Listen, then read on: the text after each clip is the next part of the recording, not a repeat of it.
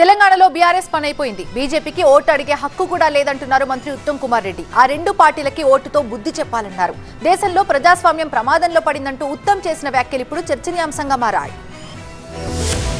కోదాడలో party సమన్వయ meeting సందర్భంగా BRS బీజేపీపై మంత్రి ఉత్తమ్ కుమార్ రెడ్డి నిప్పులు చెరిగారు. 10 ఏళ్లు పాలించిన బీఆర్ఎస్ ని ప్రజలు బొందపెట్టారు. ఈ ఎన్నికల తర్వాత తెలంగాణలో బీఆర్ఎస్ ఉండదు, ఆ పార్టీ మనుగడ సాగించడం కష్టమేనన్నారు మంత్రి ఉత్తమ్ కుమార్ రెడ్డి.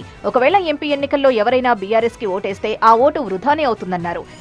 రాజ్యం అనుకొని అవినీతితో అహంకారంతో కళ్ళు నెత్తికెక్కిన పోగడతో వాళ్ళు పరిపాలన చేసిండ్రు.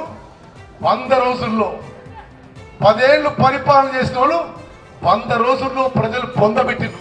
బీజేపీ వల్ల తెలంగాణకు ఒరిగిందేమీ లేదు. తెలంగాణకు ఏమీ చేయని బీజేపీకి ఓట్లు అడిగే హక్కు కూడా లేదన్నారు. బీజేపీ పాలనలో ప్రజాస్వామ్యం ప్రమాదంలో పడింది, మానవ హక్కులు హరించబడుతున్నాయని ఆరోపించారు మంత్రి ఉత్తమ్ కుమార్ రెడ్డి.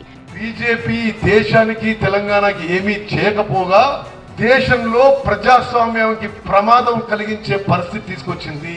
కోదాడ ప్రజలతో తనకు 30 ఏళ్ల అనుబంధం ఉందన్నారు మంత్రి ఉత్తమ్. కోదాడతో తమది రాజకీయ బంధం కాదు, కుటుంబానుబంధం అన్నారు.